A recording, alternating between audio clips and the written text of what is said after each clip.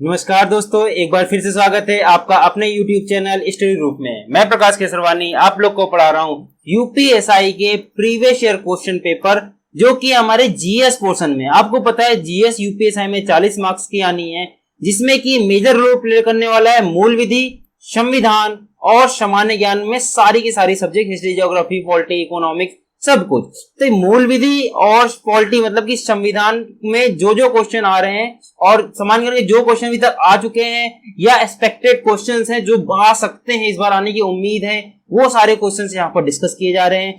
आप इस वीडियो को, अगर आप चैनल पर नए हैं तो इसको सिर्फ प्रीवियस ईयर क्वेश्चन पेपर मत समझ के लगाइएगा। ये आपके लिए टॉपिक वाइज क्वेश्चन यहाँ पर कराए जा रहे हैं, ये समझिए। जो क्वेश्चन आते हैं उसके हम टॉपिक पूरा एक्सप्लेन करने की कोशिश करते हैं। उससे उस टॉपिक से जितने भी क्वेश्चन बन सकते हैं, जितने भी मैक्सिमम क्वेश्चन बन सकते हैं, हम सारे यहाँ पर कवर किए जाते हैं। ठीक है, तो अगर आप चैनल पर नए हैं तो वीडियो को पूरा देखिएगा, 1-2 मिनट में स्किप करने की कोशिश मत करिएगा। आपके लिए बहुत ज्यादा इंपॉर्टेंट वीडियो होने वाला है। ठीक है, तो चलिए शुरू करते हैं हमारा आज की क्लास। अच्छा, एक चीज और, आज हम लोग करने जा रहे हैं 14 दिसंबर 2017 की शिफ्ट 2। एक्चुअली लास्ट जो हमारा पार्ट 3 था उसमें किसी टेक्निकल इश्यू की वजह से हमने क्वेश्चन तो सारे करा दिए थे, 30 मिनट का लेक्चर रिकॉर्ड किया था, बट कुछ टेक्निकल प्रॉब्लम आ गई थी। मात्र 10 मिनट का लेक्चर रिकॉर्ड हुआ था और बाकी सारा डिलीट हो गया था। तो आगे का जो क्वेश्चंस बचे हुए हैं वो आज हम पार्ट 4 में कराने जा रहे हैं, वरना शायद आज हम 15 दिसंबर की शिफ्ट देख रहे होते, ये क्वेश्चन ना देखते। तो कुछ प्रॉब्लम आ गई थी, उसके लिए माफी चाहेंगे। बाकी आज क्वेश्चन इसको कंप्लीट करने की कोशिश करेंगे, पूरे कंप्लीट कर देंगे और कल से हम देखेंगे 15 दिसंबर की शिफ्ट। ठीक है, चलिए देखते हैं क्वेश्चन।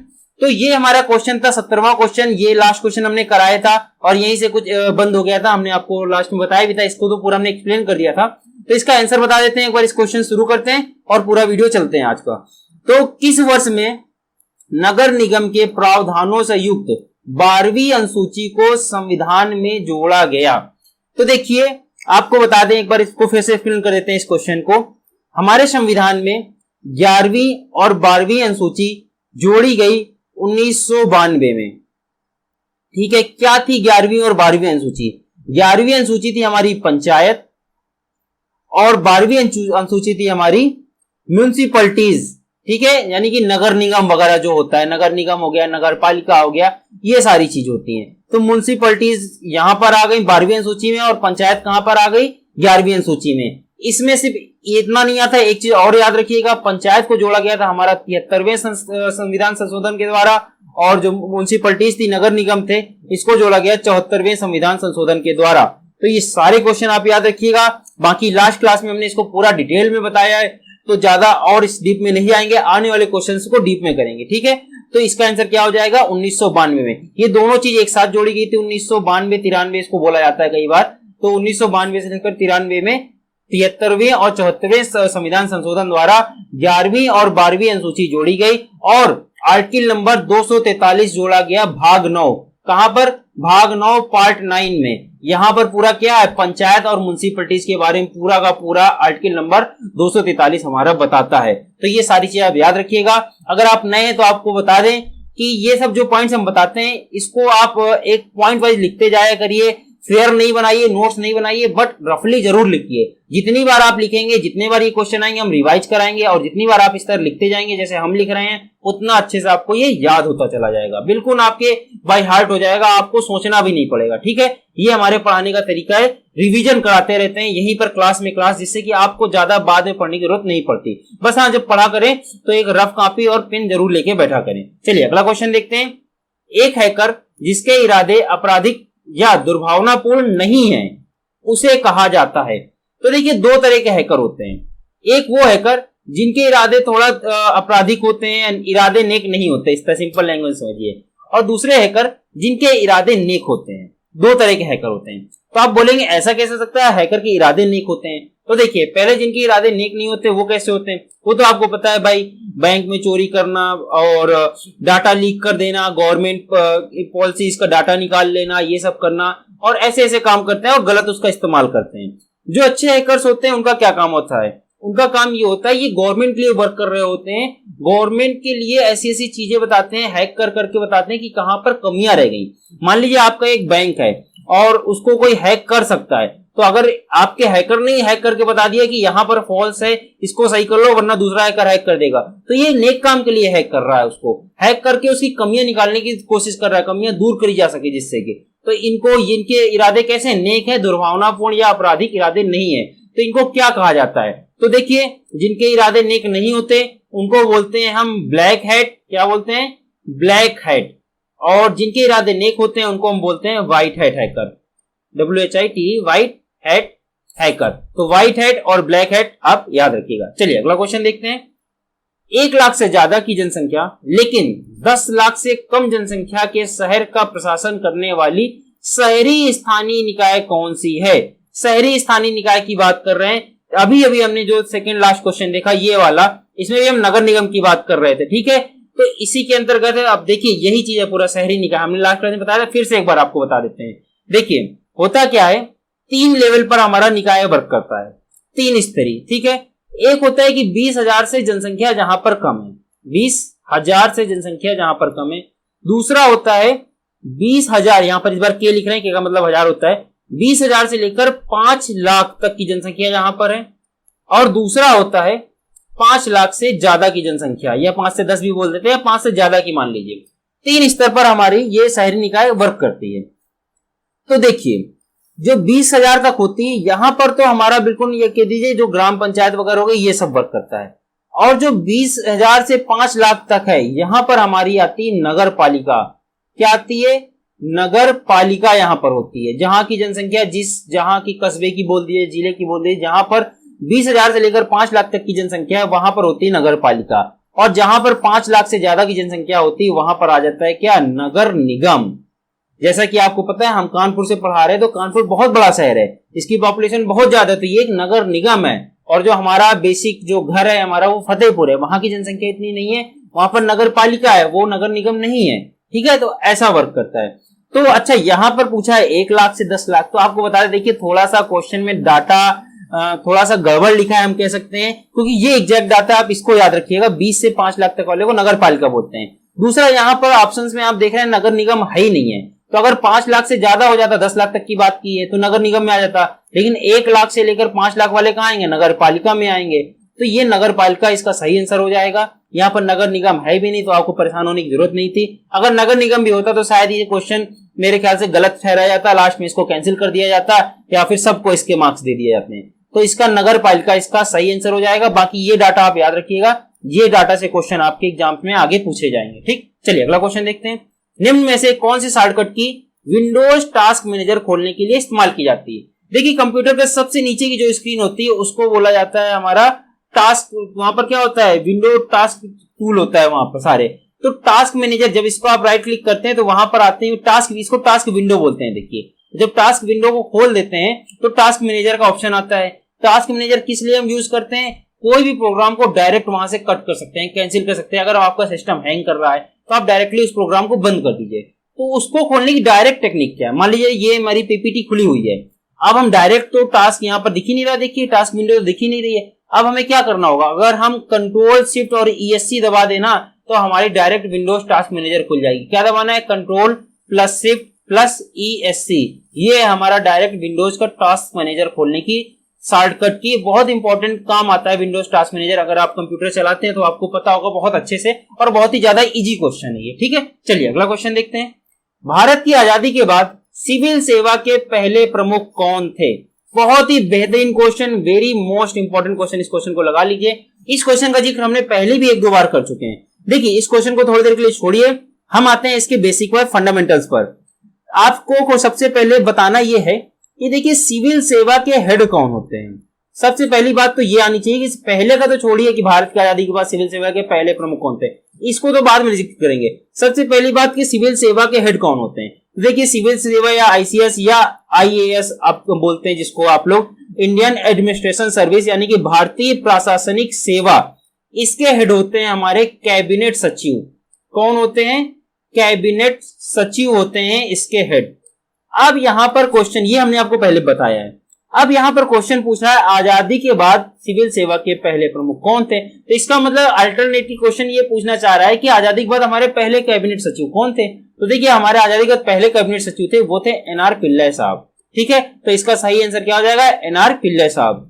और अच्छा, क्वेश्चन लेटेस्ट की बात की जाए कि इस समय कैबिनेट सचिव कौन है, तो हमने बहुत बार आपको बताया है इस समय हमारे जो कैबिनेट सचिव हैं वो है राजीव गौबा साहब। कौन है, राजीव गौबा। नाम याद रखिएगा, कैबिनेट सचिव की पोस्ट बहुत ज्यादा इंपॉर्टेंट होती है और आप समझ सकते हैं आईएएस प्रशासनिक सेवा के हेड होते हैं, तो कितनी ज्यादा इंपॉर्टेंट पोस्ट है और आपको नाम याद होना चाहिए अगर आप प्रिपरेशन कर रहे हैं, रेलवे में एक स्टूडेंट है तो। ठीक, चलिए अगला क्वेश्चन देखते हैं।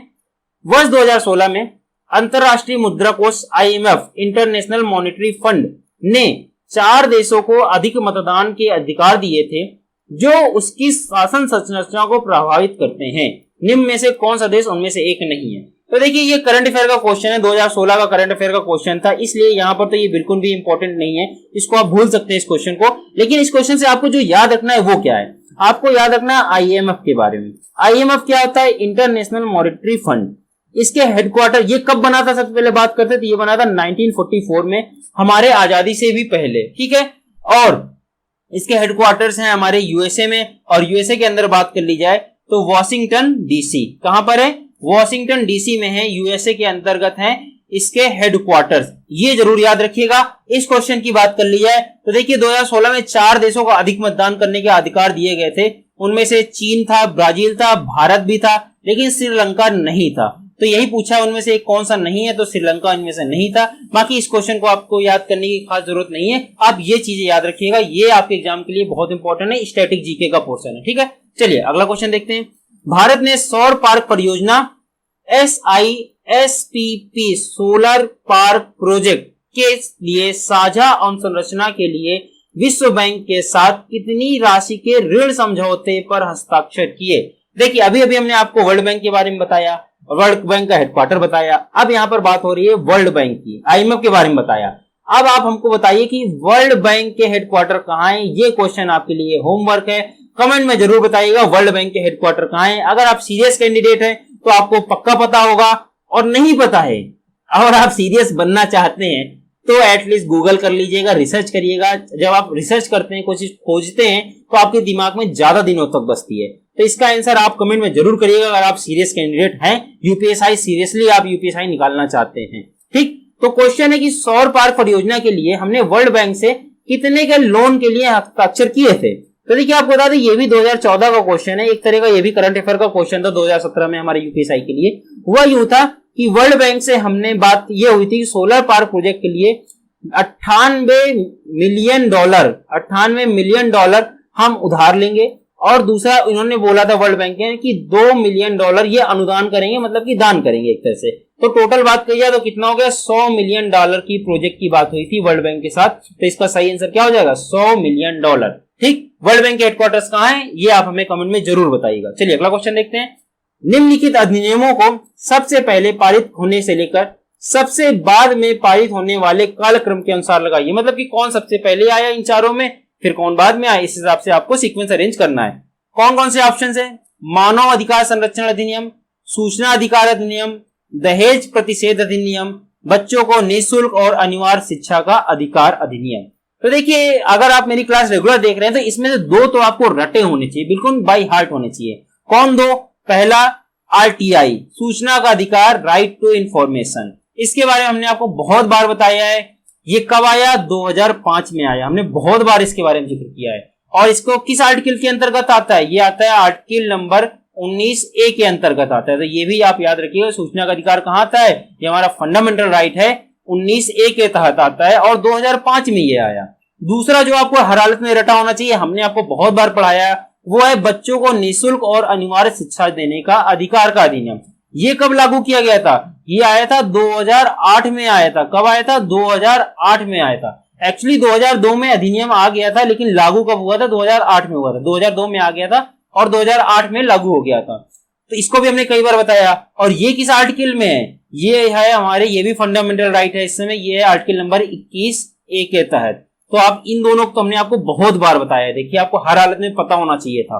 अब बात करते हैं मानव अधिकार संरक्षण अधिनियम पहले आया कि दहेज प्रतिषेध अधिनियम पहले आया। तो देखिए आपको इसके लिए एक स्टोरी बताना चाहेंगे।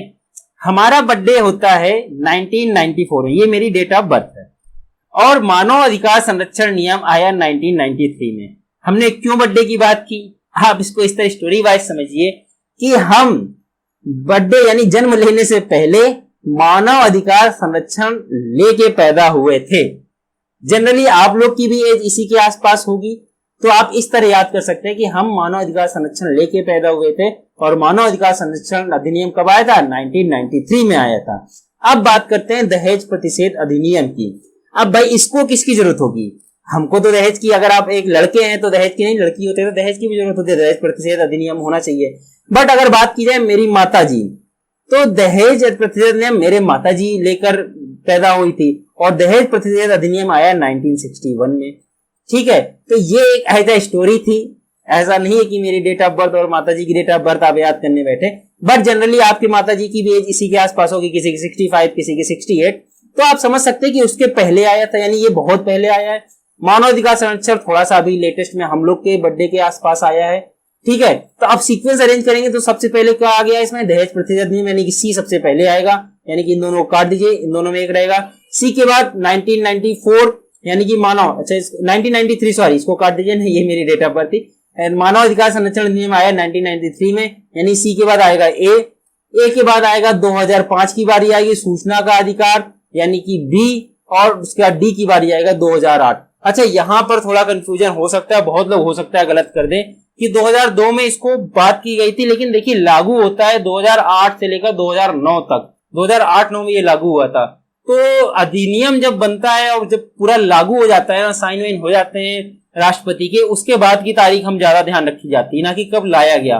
ठीक है, तो ये 2008-9 इसको आपको याद करना पड़ेगा, ये आया सूचना अधिनियम के बाद। ठीक है, तो बी पहले आएगा, उसके बाद डी आएगा, ऑप्शन नंबर सी इस हिसाब से सही हो जाएगा। ठीक है, तो इन दोनों को याद कर लीजिएगा, ये दोनों तो आपको पहले से याद रहे होंगे, कहानी वाइज याद कर लीजिएगा, आपको याद रहेगा आगे हमेशा। ठीक है, चलिए अगला क्वेश्चन देखते हैं।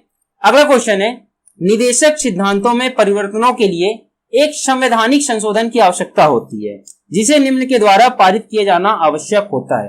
देखिए इसके बारे में हमने आपको पहले भी कई बार बताया कि नीति निर्देशक सिद्धांत हमारे किस पार्ट में है, ये हमारे पार्ट 4 में भाग 4 में इसके बारे में डिस्कशन किया गया है। आर्टिकल की बात कर ले तो इसका आर्टिकल होता है आर्टिकल नंबर 36 से लेकर आर्टिकल नंबर 51 तक। अब नीति निर्देशक सिद्धांत को अगर आपको संविधान में लाना है, उसको परमानेंट बनाना है, तो क्या करना पड़ेगा? संशोधन करना पड़ेगा। तो कहां पर लाएंगे आप इसको लाया जाता है संसद के दोनों सदनों में। कहां पर? दोनों सदनों में, यानी कि लोकसभा और राज्यसभा में, दोनों सदन में पारित होगा तब। तो ऑप्शन नंबर 1 सही है। सेकंड की बात करते हैं, संसद में उपस्थित 2/3 सदस्यों का अनुमोदन और मतदान। कहने का मतलब है इसमें कितने लोग की वोटिंग जरूरत है? मिनिमम 2/3 लोग जब वोट करेंगे, यानी कि स्पेशल मेजोरिटी की रिक्वायरमेंट होती है। तो ये भी स्टेटमेंट पूरी तरह से सही है। अगर आप डीपीएसपी को संविधान बनाना चाहते हैं, जैसा कि आपको पता है आर्टिकल नंबर 45 जो कि हमारा बच्चों को पढ़ाई का अधिकार था, उसको हमने किसमें ला दिया? 2008 में। अभी हमने बताया 21A में ला दिया। तो इसके लिए हमने क्या किया होगा? संशोधन किया होगा। संशोधन में हमने दोनों सदनों में बिल लाया होगा, दोनों सदनों में 2/3 मतों से इसको पारित करवाया होगा, तब जाके ये 21A में कन्वर्ट हुआ होगा। तो इसमें ऑप्शन नंबर बी इसका सही है। ए और बी दोनों के दोनों सही है। चलिए अगला क्वेश्चन देखते हैं। दृष्टि वैषम्य को किस लेंस के प्रयोग द्वारा दूर किया जाता है? बहुत ही बेहतरीन क्वेश्चन। क्यों बेहतरीन क्वेश्चन? क्योंकि दृष्टि वैषम्य होता क्या है? सबसे पहले इस बारे आपकी जनरली बात के लिए दृष्टि से लेकर क्वेश्चन जो आते हैं वो आते हैं दूरदृष्टि दोष, निकट दृष्टि दोष, यही सब क्वेश्चन आते रहते हैं। क्या ऐसा दिखता है, कौन सा लेंस चाहिए? वह दृष्टि वैषम्य बहुत ही बेहतरीन क्वेश्चन, मतलब जल्दी देखने को नहीं मिलेगा। क्या होता है दृष्टि वैषम्य? वैषम्य का मतलब होता है कंट्रास्ट, मतलब कि आपको चीजें उल्टी दिखने लगती है।